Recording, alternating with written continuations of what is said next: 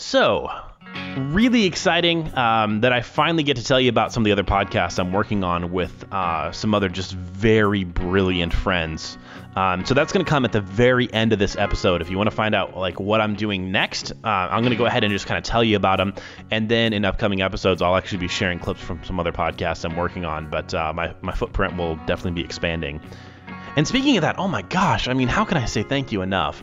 So the first podcast I did was this like mix of history and current events, and I did a lot of like research and writing around it, and it was called How We Got Here with Seth Tower. It's not out there anymore because I didn't bother to pay for the hosting.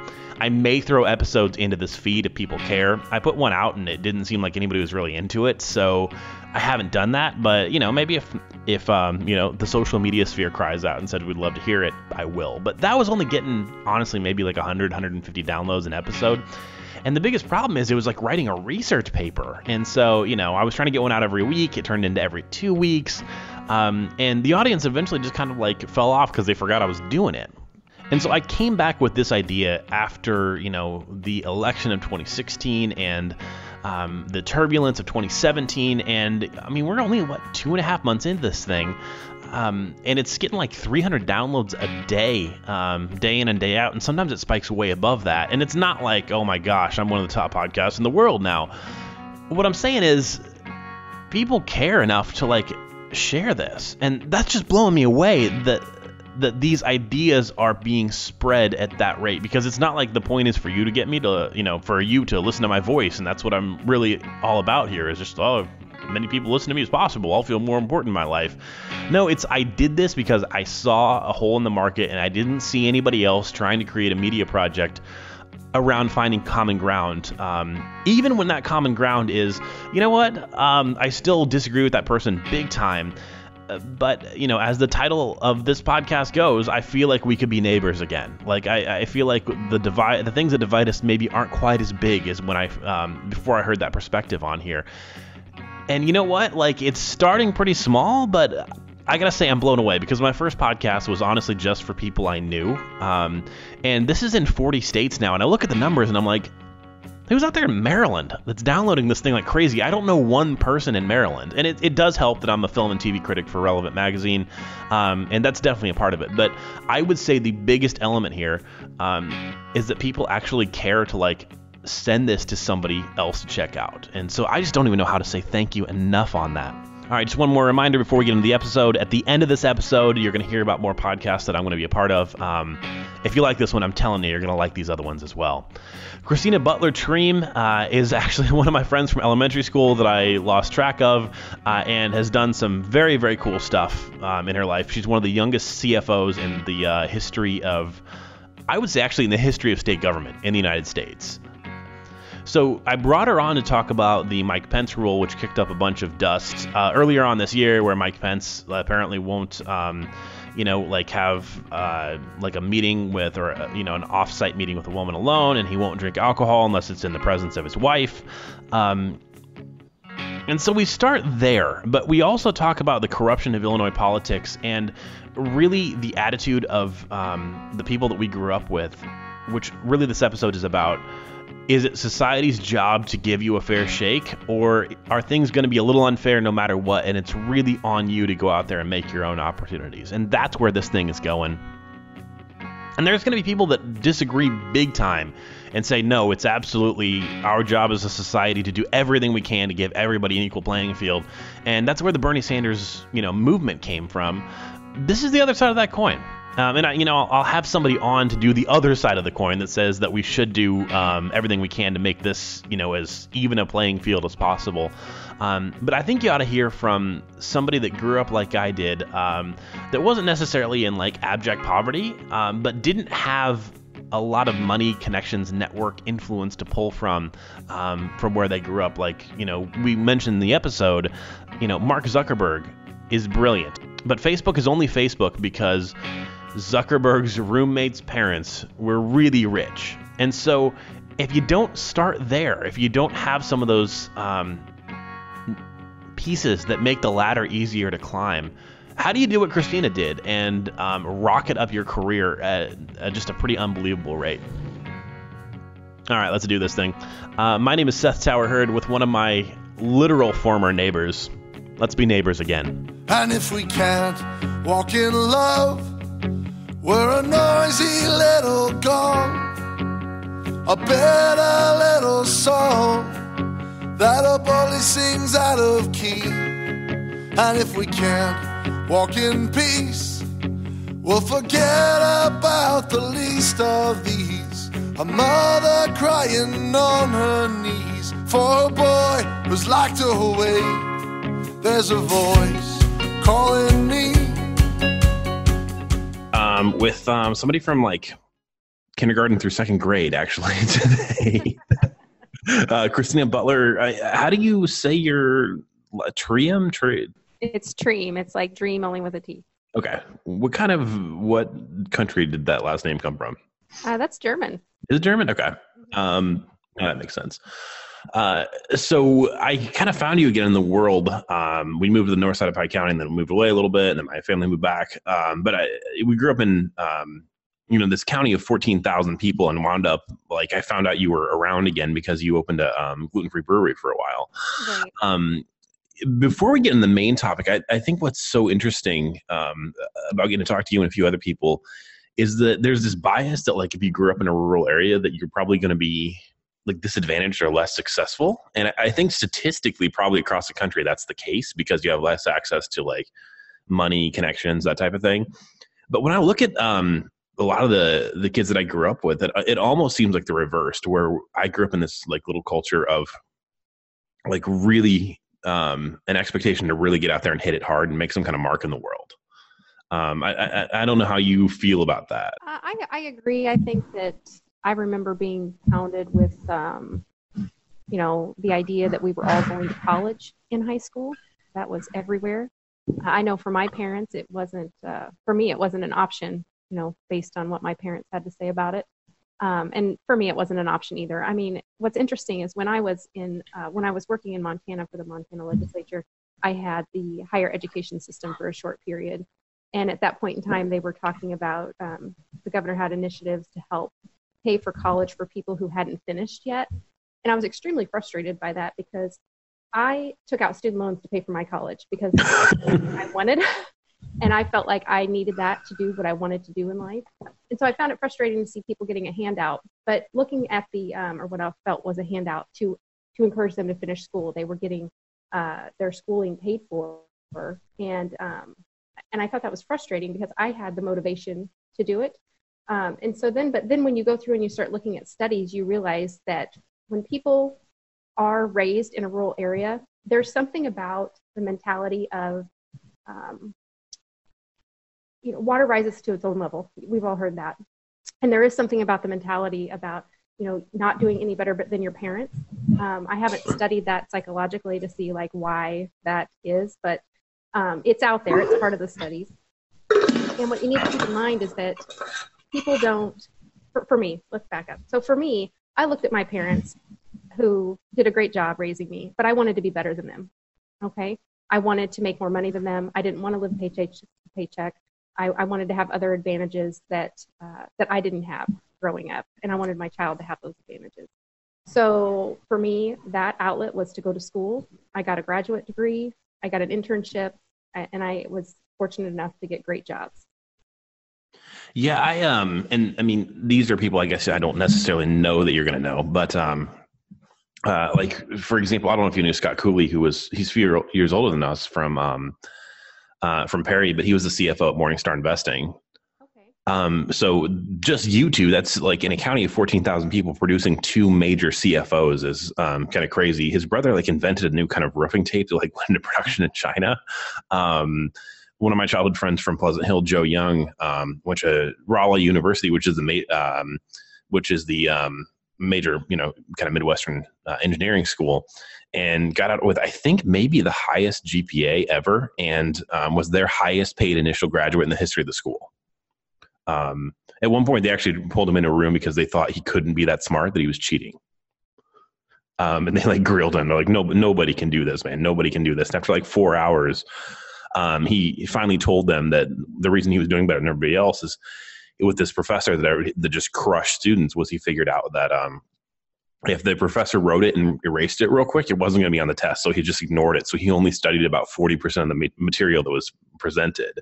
But by, the, Kerfman side up there in the northwest corner of the county, I think, of my like 10 first and second cousins I grew up with, I think half of us have advanced degrees. So that's not the stereotype anyway. Yeah, that's a really interesting point. I think we're sitting here picking out the, what would you say, the folks that have the higher education, the higher degree. But here's something you need to keep in mind. You typically surround yourself with the people that you're like, okay? Yeah. So the fact that, you can look around, and I look at myself too. I look around at the people that I, even as an adult, I'm friends with, and everyone has a 4-year degree. Almost, like there's so many people that we went to school with that would have been in our age anyway here in Pittsfield, that they there was just this pressure that you were going to go get a 4-year degree. It seems like that was kind of the time period where things really swung, and now you have all these 4-year degrees, which are more like a high school diploma, and coming back around to where people are going, oh wait, we still need those skilled trades.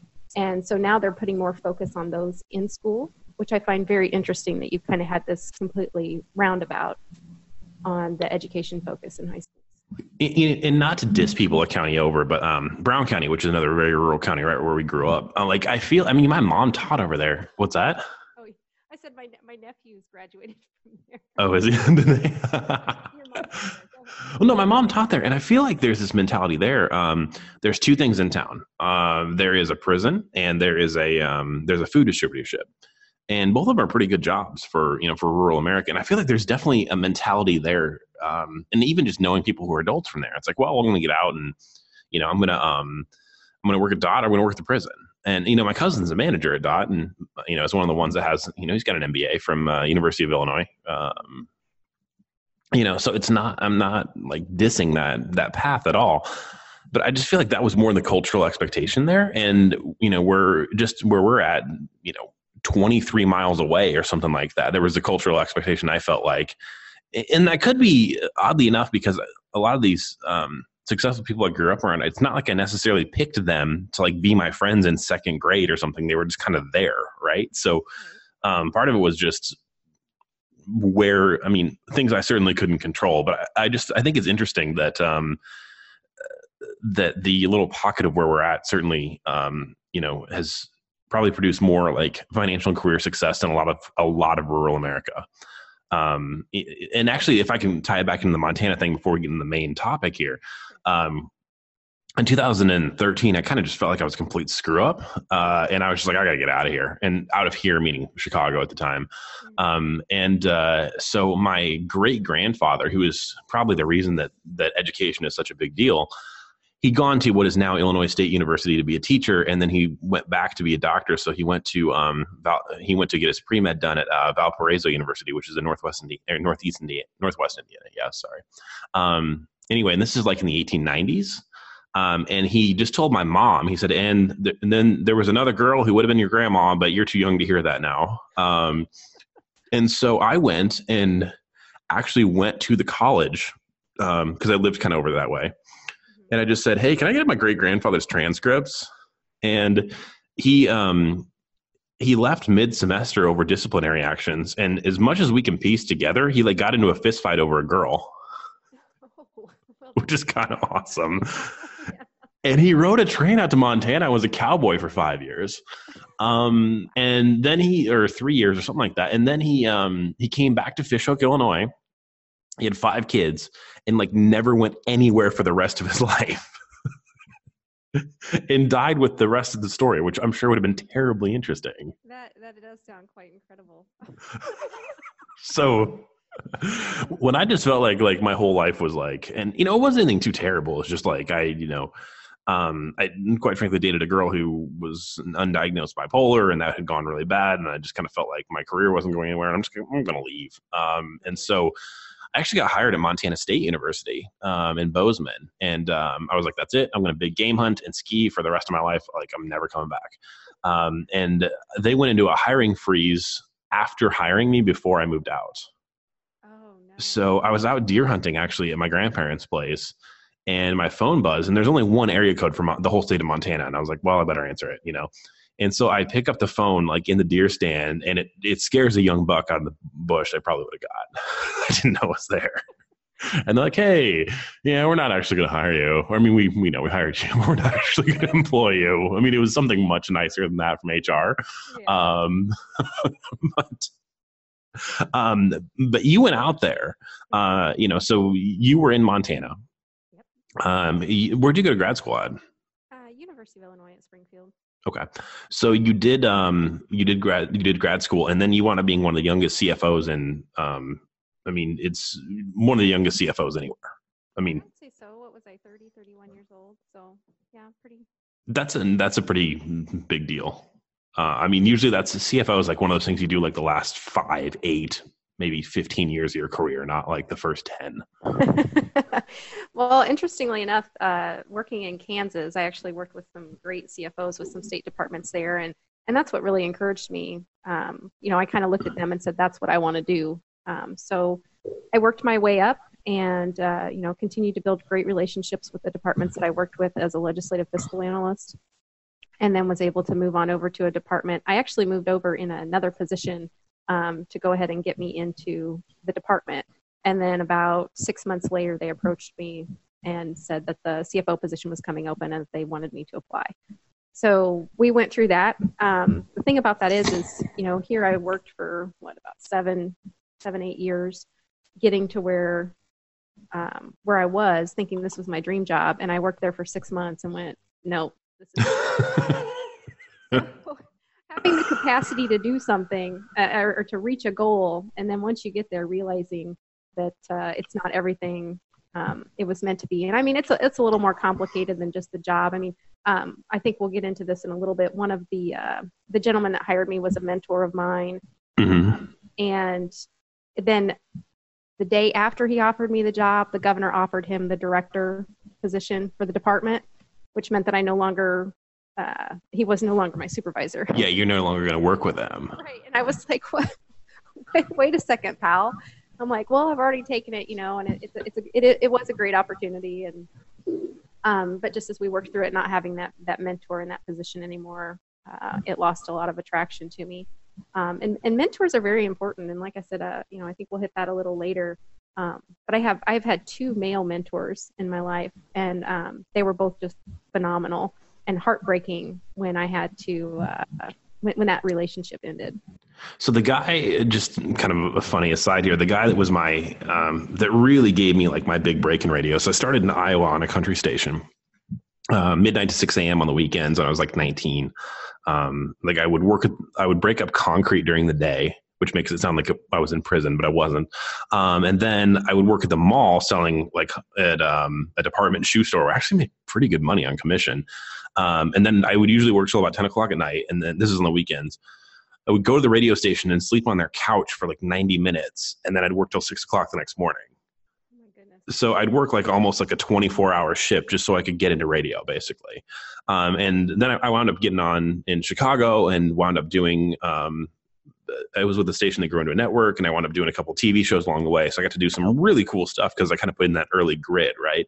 But the guy that wound up really giving me my break, wound up leaving kind of the whole industry very abruptly. And he like kind of got the whole staff together for pizza, and we'd actually just moved into a new building. We're having a lot of success.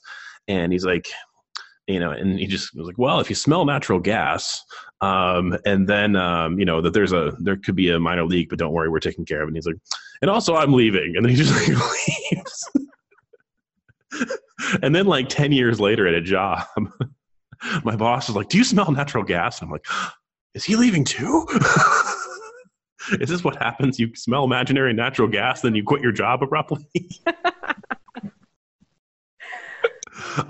Wait, let me back up I'm going to hit on the intro, kind of how we got into this discussion. So, hopefully people have hung with us this long without getting to the main topic. But, so you were in charge, you were in the finance department for the legislature for the state of Montana. Yeah, yeah, and in government, you call it fiscal. So it was the fiscal division. Okay.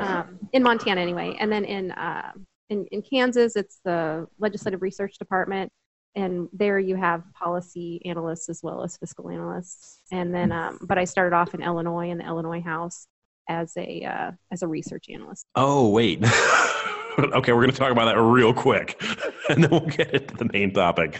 So this just became a lot more real to me as I actually just interviewed for a job this week that would have to take Amanda and I back into Illinois. I mean, we live in Wisconsin right now, and oh my gosh, the cost difference! Like, we don't have a tax on food. There's so many little things. Like when I was commuting to the Chicago suburbs, I was spending $80 a month in tolls. I mean, Cook County now taxes Netflix.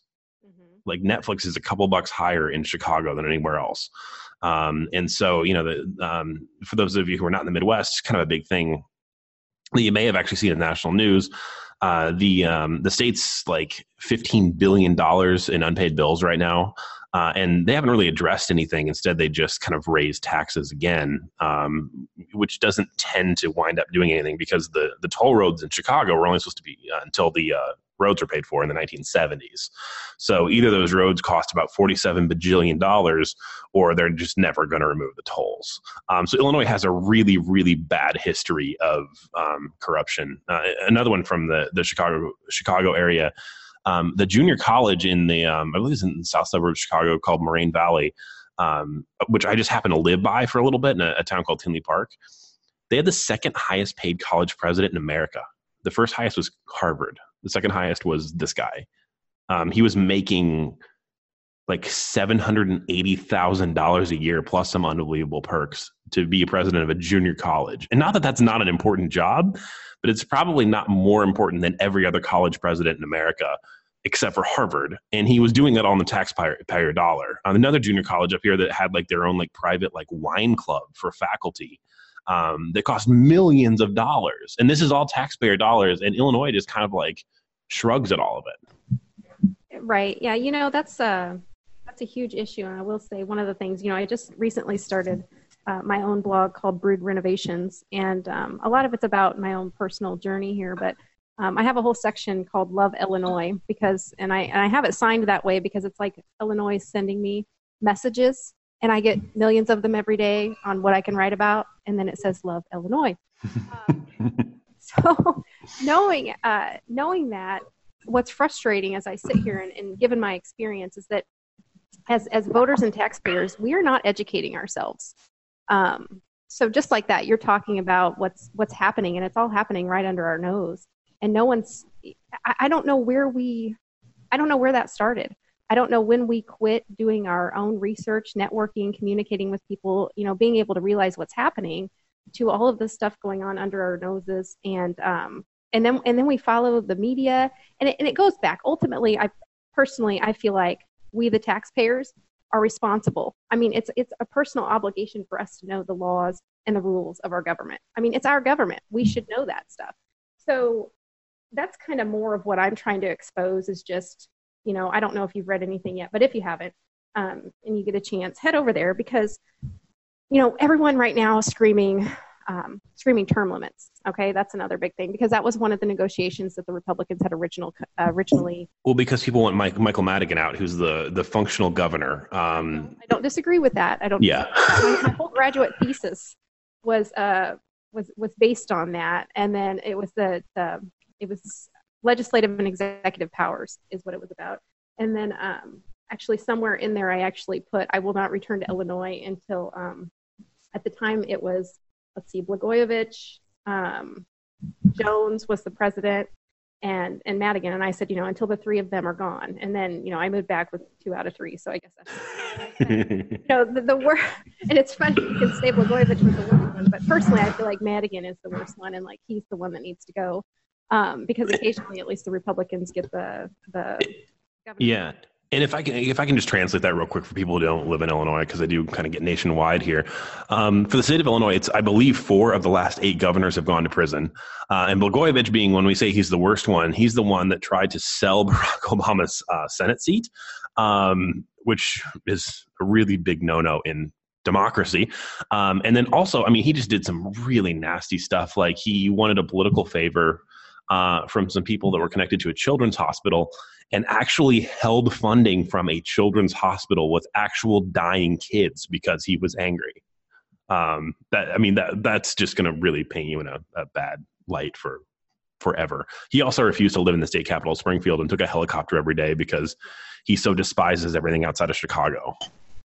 Yeah, which is funny because the rest of us pretty much despise Chicago. Well, I've heard people in Chicago, kind of in the Chicago political scene, refer to anything south of I-80, which is in the south suburbs of Chicago, as Southern Illinois, and I'm like, part of Cook County is below that. Right?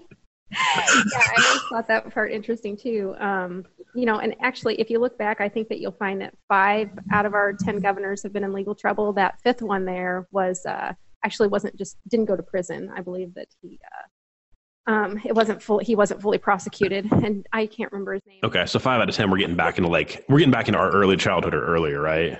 Let's make it a little worse. Okay. Sorry. So I just wanted to translate that because I didn't want to lose anybody on what the circumstances were there. So you think it's really so to push back on that being the responsibility of the taxpayer, and I totally agree. I don't understand how I feel like people mainly follow national news so they can talk about things with people just to kind of have something to be pissed off about. I have never been as into politics as I got into the mayor's race here in Kenosha, because I believed it was phenomenally important. It's one of the only times in my life where I was like, okay, I'm a true believer this time. This guy, I'm ready to take a bullet for him. This guy is amazing. And I have a really great relationship with our, with the mayor now, and, we're friends and everything.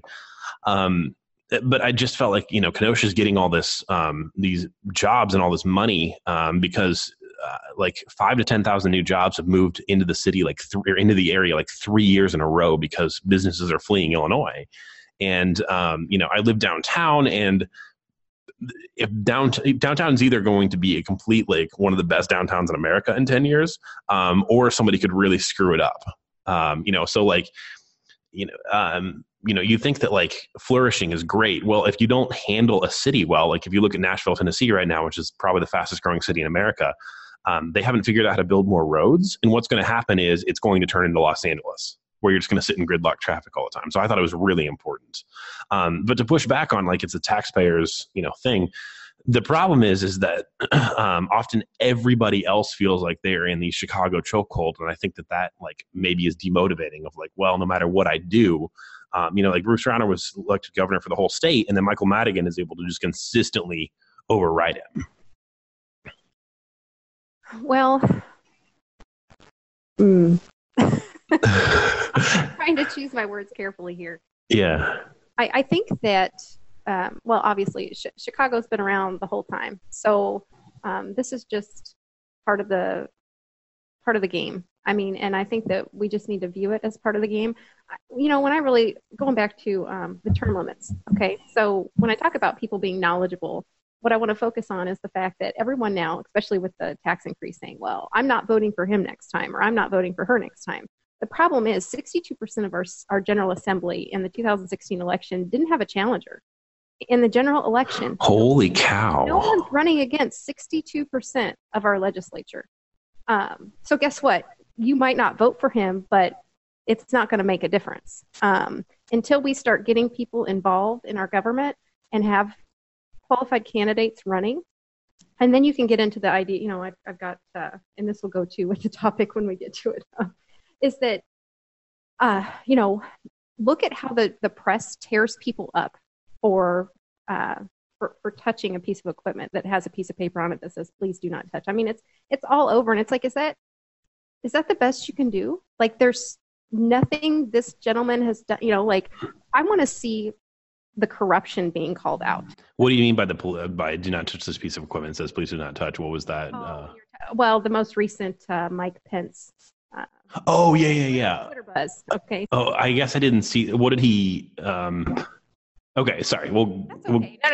No. He was touring NASA, and he touched a piece of equipment that had a piece of paper on it that says, "Please do not touch." And of course, a photographer got it, and it's all over Twitter. And it's just like, really, like that's what our society focuses on. And then we wonder why we have a guy who's been in the legislature for 47 years and runs our state.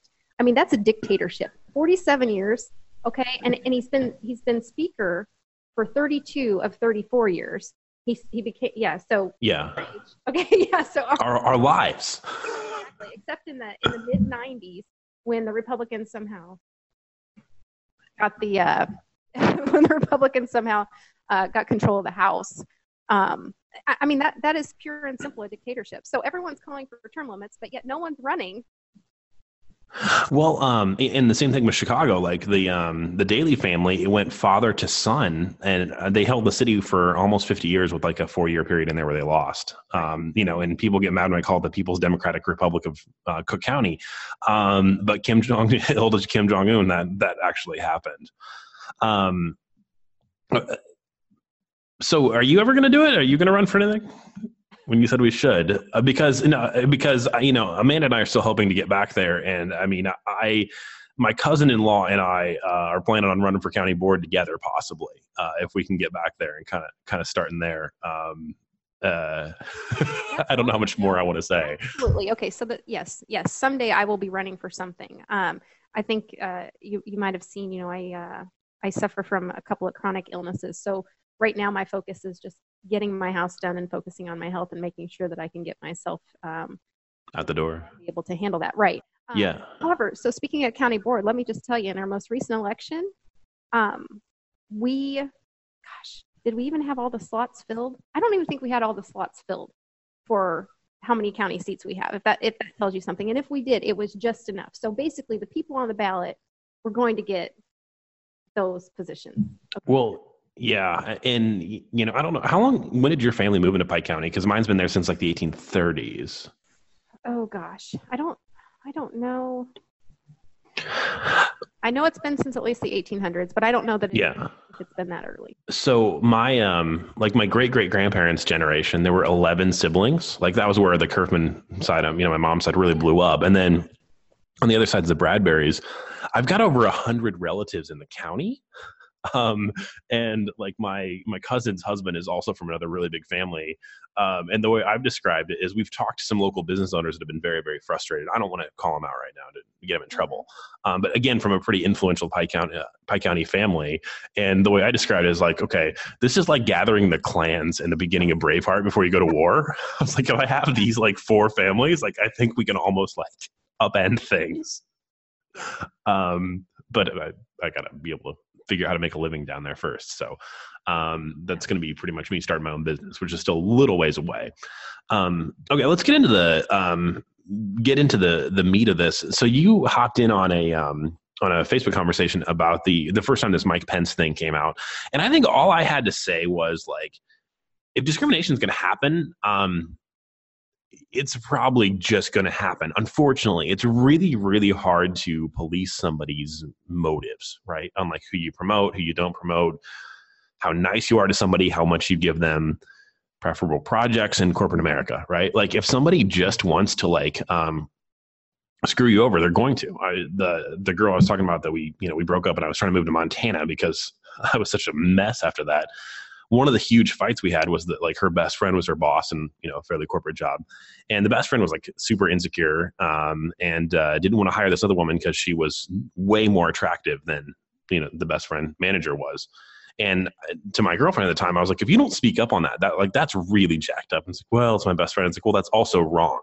Mm-hmm. And, you're probably going to face less discrimination for being an attractive young white woman than some other categories you could be in. So, that woman probably did okay, but that's still completely jacking someone over who's qualified, which is sad. And all I did when this first came out, Mike Pence basically came out, he wouldn't attend, he wouldn't go to, he wouldn't have like meetings one-on-one with women. And then the other one I thought was weirder was he wouldn't attend events with alcohol.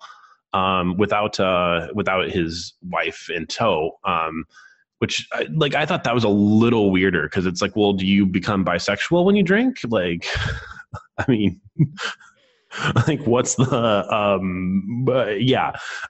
But the point is, when we talk about things that matter and things that don't, I'm just not terribly interested in like this kind of virtue signaling thing where I feel like I have to, talk about the way that one guy runs his business, even if that business is government, when there's clearly nothing illegal going on or anything like that. And, the thing is, like, we talk about like, oh, well, everything's got to be fair or whatever. Nothing is going to be fair. And if you're in a position where you're being, you can't move forward, it's on you. Like, and there's been times when I clearly had, more talent than I was able to go forward, or I was blocked on something. And you can either whine or you can go do something else in life. And 93% of the time, that's going to be like subtle and hidden. And it's not even anything that can make the news because it's somebody that just doesn't like you, for whatever reason. It could be your gender. It could be something else. And so you kind of push back against a lot of people were saying that, like, this didn't happen. And my husband and I are terribly religious, but this is something we follow. And so, like, just unpack all that for me. Sure. So, we followed this. So my husband and I live 1,200 miles apart. Okay. He's still out in Montana. He's got a couple of kids he's raising. And I'm here in Pike County with my family and my daughter's family. So let me start with, we did this before we lived 1,200 miles apart. Okay. When we lived together in Montana, we still, if someone wanted to go out to work and have a drink, it's not that we wouldn't, but it was usually, hey, so-and-so's asked me to go have a drink. Are you okay with that? And then usually the other one of us would join the party a little later. Yeah. And especially with my job as CFO. So here I am going through the legislative process and leading the legislative agenda. So I do use that. Like, I think that's a tool for me to be able to use to talk to people, especially when I'm trying to, I have another mentor that would go out and have a drink with me after work. And, but it's more about just having respect for your spouse. I mean, and for us, that's a personal respect that we have. If that's not a thing in your relationship, that's fine. I don't judge you for that. I don't look at you and say, oh my gosh, I can't believe that you're letting your wife go out and have drinks with them. But I also expect you to respect the way that I run my relationship because it's mine. And so anyway, so now living 1,200 miles apart, it's even more important to us because the last thing we need, and this is a fact of life, whether you like it or not, people are going to talk, people are going to gossip. And the last thing I need is somebody getting a hold of my husband and telling him that they've seen me somewhere with someone, and I haven't communicated that with my husband. And so for the most part, we just avoid it. He does the same thing out there. I'll get a text and just say, hey, I'm going to go have a beer with so-and-so. And I don't want to say he's asking permission, but, he's given me a heads up. And then especially since I have so many contacts out there, I mean, we don't need that in our marriage. And I see the exact same thing in Mike Pence. It's just a problem that can be created that you can avoid. Your spouse is okay with it. I don't see the problem. I don't see this a reason to be criticizing him or his wife. Yeah. And again, if you don't like it, whether or not it's fair, it's on you. If you really think that, man, I can't get ahead for this for whatever reason, and it could be that Mike Pence doesn't, or whoever doesn't like you for a different reason, you can like push back against that, or you can just go do something else. Excuse me. I just interviewed recently for a job, and I'm not going to throw the company on the bus, but in Des Moines, and during my third interview, and this is when I was like, all right, I think I'm just kind of out. And it was already kind of an issue because I didn't realize when we talk about taxes, Iowa has a 9% state income tax. And so I was like, oh, so I'm gonna have to make another 10 grand out here to like call it even. Mm-hmm. Which, that was very unappealing. But they were like, hey, as a Christian, can you work with diverse clients? And I emailed them afterwards. I was like, hey, that's super illegal. You can do whatever you want, but in the future, you may not get somebody who's as nice as I am, who, isn't going to sue you. Right. Like I really, I'm smart, I'm hardworking, I make my own way in the world without trying to take your money in court. But you're obviously a discriminatory company. Maybe at least teach your employees not to say it in interviews.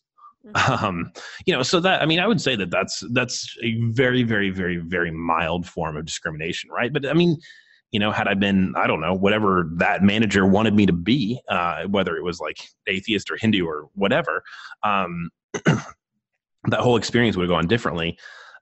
But there's a lot of jobs in the world, and I can either get hung up on like, okay, like this is the one path I have to take to my career, or I can just move on. And I mean, at that point, there's no way I would have ever gone to work for that company. And I actually think I probably could have backed them in a corner where they just had to hire me, but I had no interest. And they came back, and the CEO emailed me and said, hey, can we talk? And like, because they didn't want the Glassdoor write up, or they knew I worked in PR, so I could really I could probably do something with that.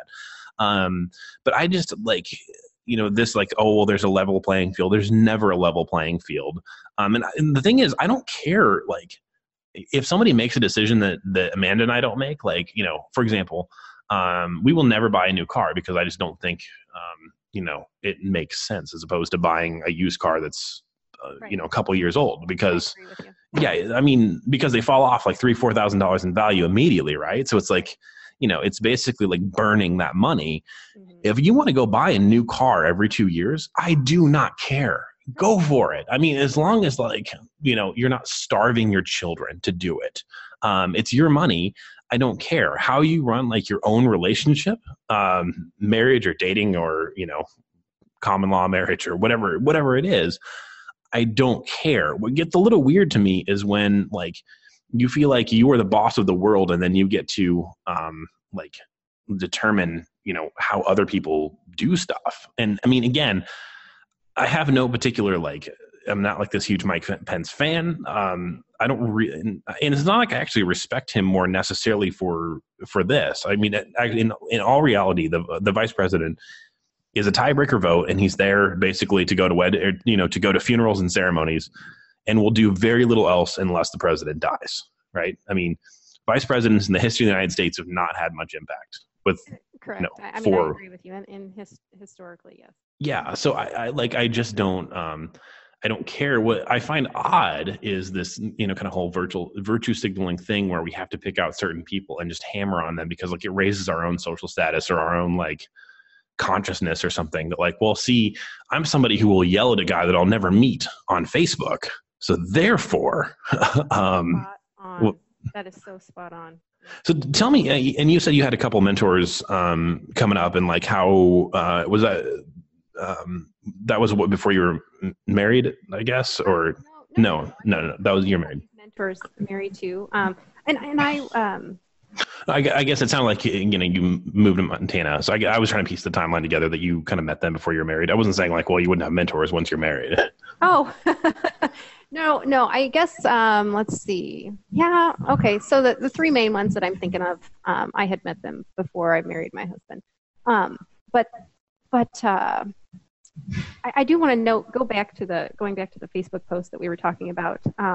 I believe one of the comments and what you see in the news is the fact that there's this discrimination aspect of the fact that he won't have a drink with someone, especially with a woman, and won't be alone with a woman, and somehow that is stopping women from climbing their career ladder.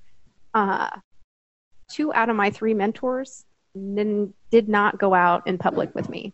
Okay, we only met at work. I mean, we only had meetings at work. One of them was in the 2 offices that we both worked in had complete glass walls, so everybody could see. Every time you went in there, I might close the door so you're not hearing me. Yeah. But you saw that we were having a conversation. So there weren't really any secrets there. And I still became CFO of that department. And then moving on, back in Kansas, the mentor that I had there, similar thing. We never, I will say, I think one time after I moved away and I traveled through, we met up for dinner just while I was traveling through because I was going from Montana home and back. But during the time that I worked there while he was my mentor, we only met in the office. So I'm just really struggling to see how anybody is going to say that that's going to prevent them from climbing their career ladder. And noting on what you were saying earlier about like, well, if someone stops, you just, you find a new way.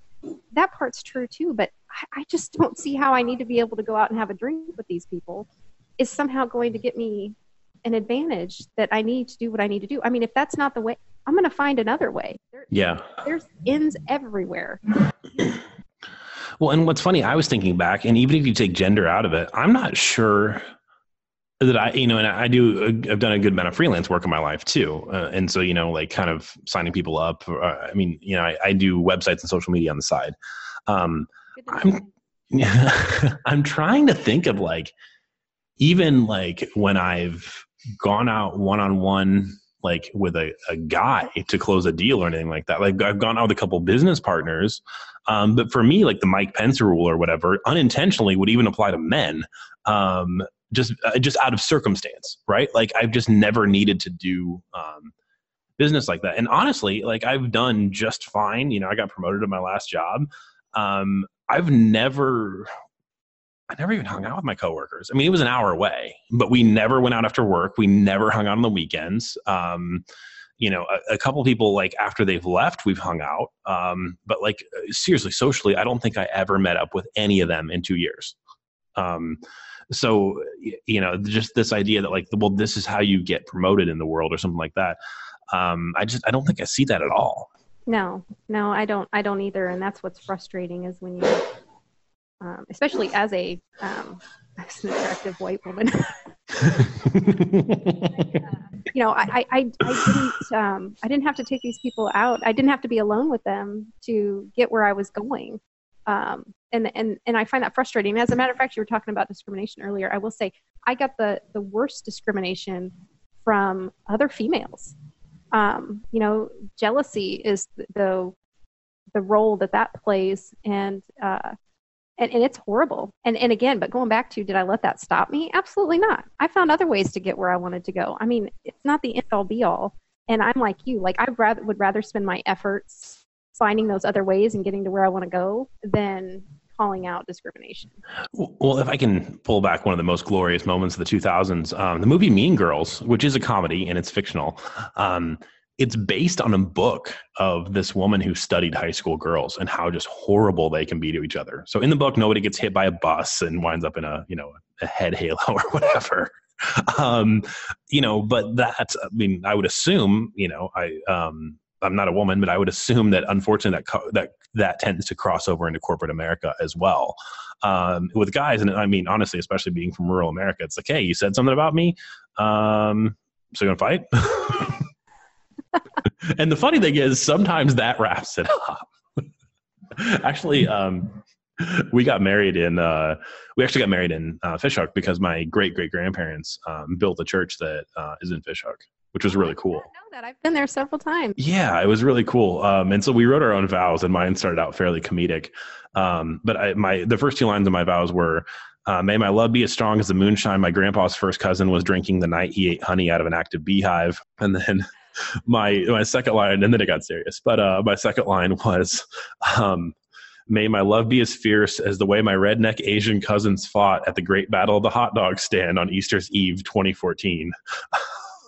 Yeah, I don't know if you know, like John and Nathan Nolan up there, they're half Asian, and they hang out at these redneck bars. There it goes.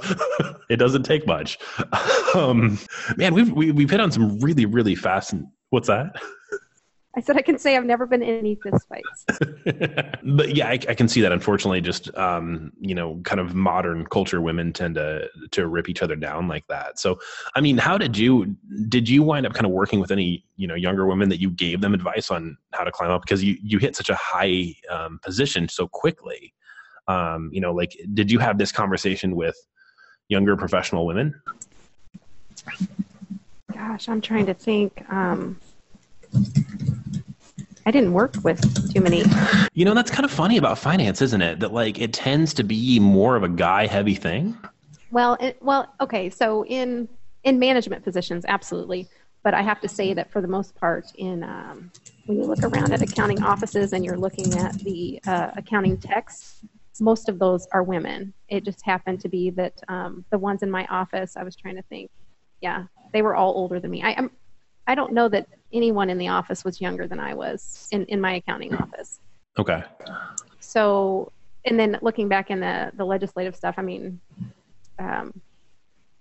not really. I mean, I do have a colleague but he's male, and I helped mentor him. I guess that's maybe just because no one, I was the youngest, one of the youngest, at least, if there was anyone younger, CFOs. So it's difficult to find anybody else in a lot of state positions. We had a high turnover in the fiscal offices, but when you get into state department offices, you don't quite have as much turnover because people are there, they're looking for the state pension. Yeah. So they find their job and they stick with it. And that goes a long ways back to the beginning of our conversation with, you end up being surrounded by people that are, that have the same education that you have, the same level of education that you have, typically have the same level of jobs that you have, that kind of thing. And so you end up losing sight of stuff. I mean, it's just like, people talk about the legislators being out of touch.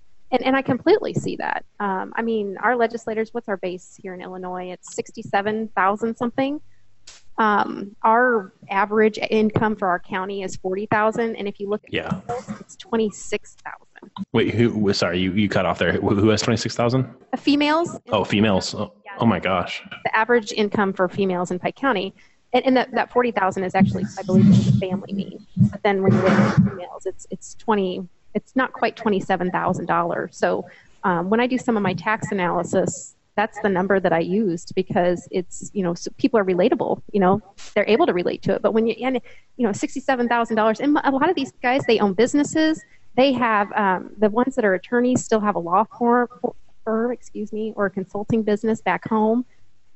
So their income is definitely more than that $67,000. And I do think that there are many of them that are out of touch. Yeah. And especially, and not that there's not, urban poverty and that type of thing, but that gets so much more light shined on it. Have you had a chance to read Hillbilly Elegy yet? It was like one of the big books of last year. I haven't. What's it called? Hillbilly Elegy. I'll totally send you a link when we wrap up here. It's basically about both blue collar poverty and really bad choices in Kentucky and Ohio. And kind of the dual thing of like, you got to make better decisions to get out of this, but there's also there's also stuff that makes it really, really tough. And I was actually just having a conversation with somebody about this. I unfortunately tanked the math part of the ACT. I got like a 13 on that part, just totally out of anxiety because I did well on the rest of it. But that's probably if it weren't for that score, I might have been able to get into I might have had a shot at a more prestigious college, mainly because my grandfather was mixed blood Native American and I could have pulled that card, right? I don't think you learn anything that much better at really, really good schools. I think what happens is you have a much better shot at having a roommate whose family is rich. And if you want to start a business, you have a lot easier access to capital. And if you don't believe it, go watch the Facebook movie, because if Zuckerberg hadn't had a rich roommate, like it never would happen. Like his roommate's parents were bankrolling that business for the first few years. And so, when you're saying that, like, it does kind of becomes another obstacle to be able to pull yourself up by your bootstraps if you just don't have the network and people can introduce you to people and that type of thing. And if you're in a county of people who are making $40,000, it's harder to like really, really climb and like do something, something crazy, like the rags to riches story is just a lot harder when you don't have access to, to money and networks. Right. Excuse me. You're right. And, we did have a business for a short period of time here. And one thing that I will say, and it's a combination of things. I mean, I had another relapse, but on top of that, looking back when, people have asked if we're going to reopen, and it's like, you know what, I can't afford to reopen. Because we live where we do. I mean, it's a product thing. And even a lot of people here, they go out of town for stuff. In this county, they go out of the county instead of looking around here. One of the things that we do at Christmas time is we buy local. So we do all of our Christmas shopping. If we can't get it local here, we go onto websites or Etsy and we purchase other small business products. So no crap from Walmart, basically. And I'm not saying never, because my tricks, okay.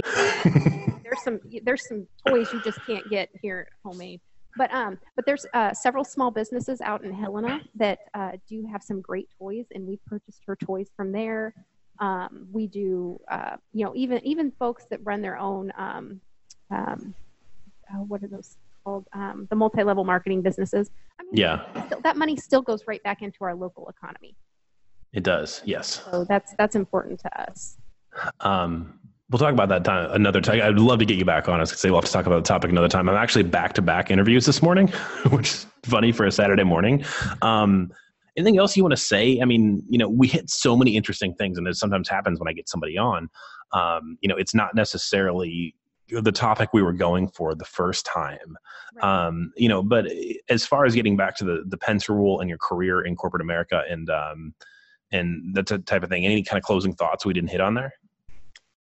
No, I mean, just like I said before, and even on the Facebook post, when people start complaining that that's going to prevent them from climbing their career ladder, that's bull. That's the bottom line. It's like, no, you're using that as an excuse right now.